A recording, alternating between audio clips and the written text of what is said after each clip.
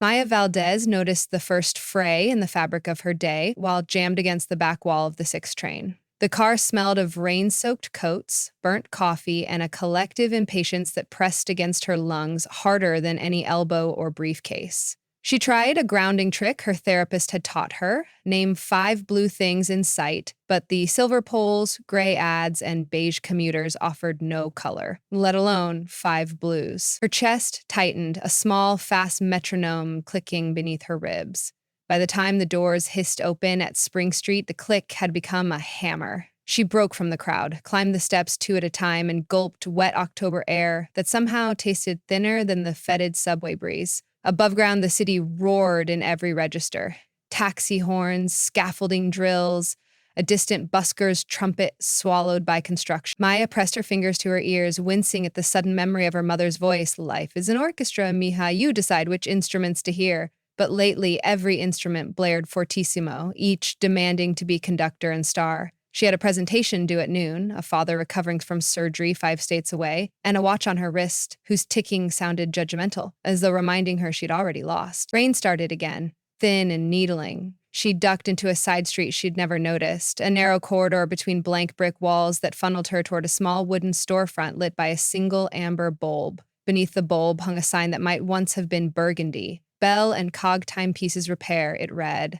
Then, in smaller lettering, smudged by weather, clocks mend. People, too. The apostrophe in peoples was missing, and Maya, a lifelong proofreader of the world in spite of her marketing job, found the flaw charming rather than irksome. Tinkling chimes greeted her as she pushed the door, releasing a fragrance of sandalwood, oil, and something faintly metallic, like coins warmed in a pocket.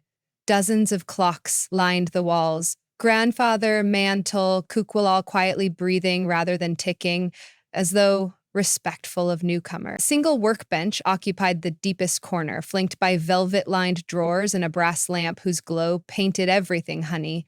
Behind the bench stood a man shaped like a question mark, thin shoulders, stooped back, eyebrows arched in perpetual curiosity. A loop hugged one eye. When he glanced up, Maya saw irises the color of antique copper, bright despite the years etched round them.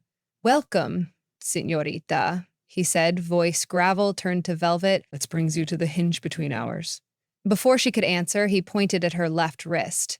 "Your watch is keeping perfectly fine time," he observed, "but I suspect that you are not." His smile was gentle, refusing to embarrass her for the tears she hadn't realized had reached the rims of her eyes.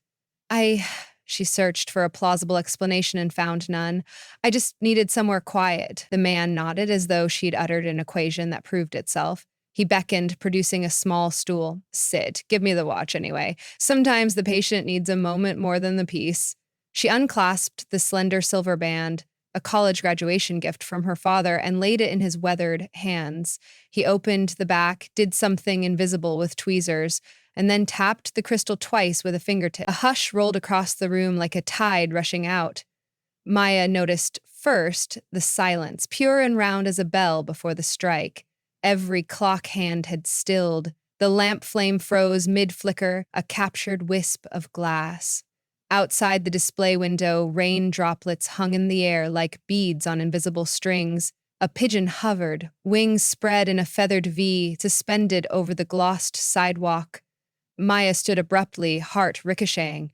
The word left her throat but did not seem to enter the air, like sound swallowed by thick curtains. Yet the old man heard, tilting his head. "Time has stepped outside for a cigarette," he said, lightly. "She'll be back when you're ready." He picked up a music box from the counter, wound it, and set it down. Its ballerina did not move. "You may breathe now, Miss Valdez," she whispered, and the name drifted but did not fall, as though gravity too paused. A bubble of wonder swelled inside her fear. She inhaled, and the breath felt enormous, expanding her ribs until even the hammering metronome calmed, curious. Then she heard it. A low hum, faint as the memory of a lullaby, curling from somewhere behind her sternum. It was neither melody nor rhythm, more the idea of music before music becomes notes. Each inhale coaxed it louder, layering threads of cello and distant wind chimes, a heartbeat drum, keeping unhurried tempo. Maya closed her eyes. The shop became a cathedral of hush, and inside it, her body a resonant chamber tuning itself. For the first time in months, years maybe, she was not inside a panic, nor standing outside it. She was simply here. When she opened her eyes, the old man was watching her the way one watches dawn paint an alley odd, yet unsurprised by the miracle.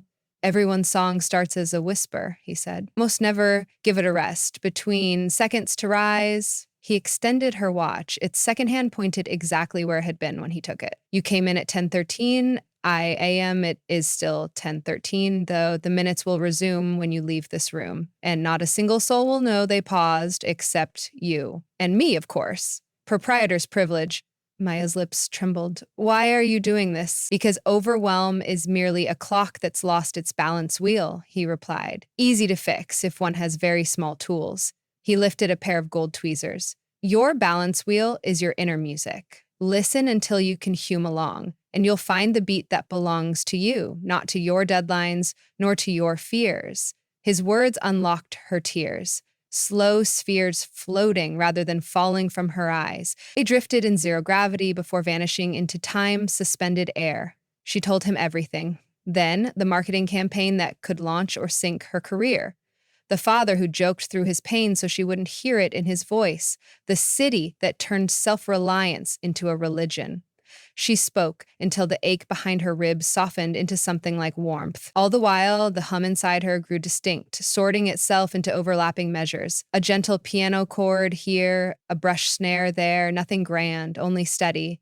The watchmaker guided her in a curious exercise. Tap your thumb to the pulse you feel, he instructed. She did. Now breathe to that tempo. In 4 counts, out 4.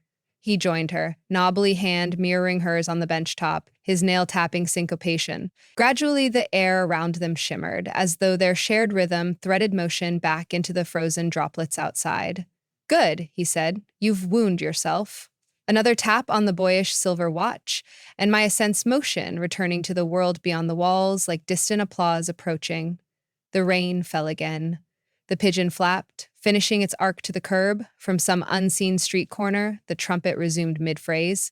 Clocks along the wood-paneled walls restarted, but not all at once. Instead, they joined one by one, layer by layer, tick-tock, chime, cuckoo, until the room sang a polite fugue. It took a moment to notice that every clock kept a slightly different time, none in full agreement, yet no discord marred the music. They were, Maya realized, calling and responding, an orchestra without a conductor.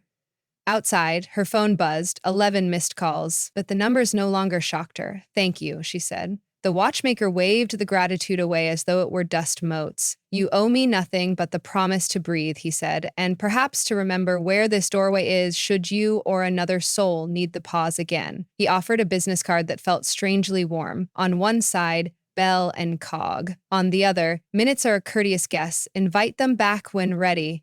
Maya's presentation that noon was calm, even playful. She allowed silence between slides, let colleagues' questions land before answering, and people leaned in rather than checking their phones. She visited her father that weekend, arriving with no itinerary but time. Sitting by his bed, she listened not only to his words, but to the subtle rests between them, where wariness lived. She filled those rests with humming. He fell asleep smiling, IV pump clicking in sync. Weeks blurred into months, and the world, which had once seemed a single unsparing note, unfolded into harmonies. Stress still knocked, but she no longer mistook its urgency for authority. On rainy Tuesday evenings, she found herself wandering to that narrow alley. Sometimes she merely nodded at the watchmaker through the glass and kept walking, reassured by the existence of his sanctuary. Other nights she stepped inside, letting 10:13 or 6:47 catch its breath while she caught hers.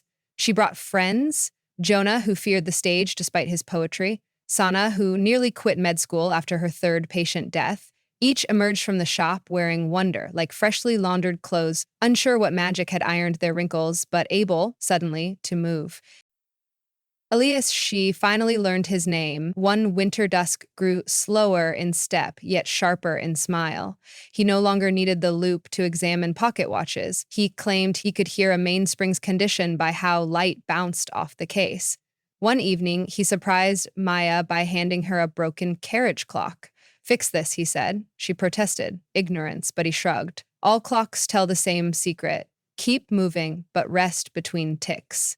Listen to its secret, and your hands will know what to do. They did. The repair took an hour of suspended time. She couldn't say how long in ordinary minutes, but when the escapement clicked true, Elias beamed, proud as a grandfather at a recital. The lesson continued week by week. Escapements, balance cocks, jewels. Then, less tangible trainings. How to sense the exact breath before a stranger's panic peaks. How to lead them towards stillness without uttering the word calm. For calm, spoken, is often a command that startles the heart further. He taught her to recognize the subtle distortions in light that preceded a person's overwhelm. Pressure bends time, he said. You'll see it once you've felt it yourself enough times. She began to spot those bends on subways, grocery lines, corporate elevators, a mother gripping a stroller just a little too tightly, a courier blinking fast while bikes and taxis hemmed him in. She learned she could lend them a beat, a hummed note, and watch their shoulders drop.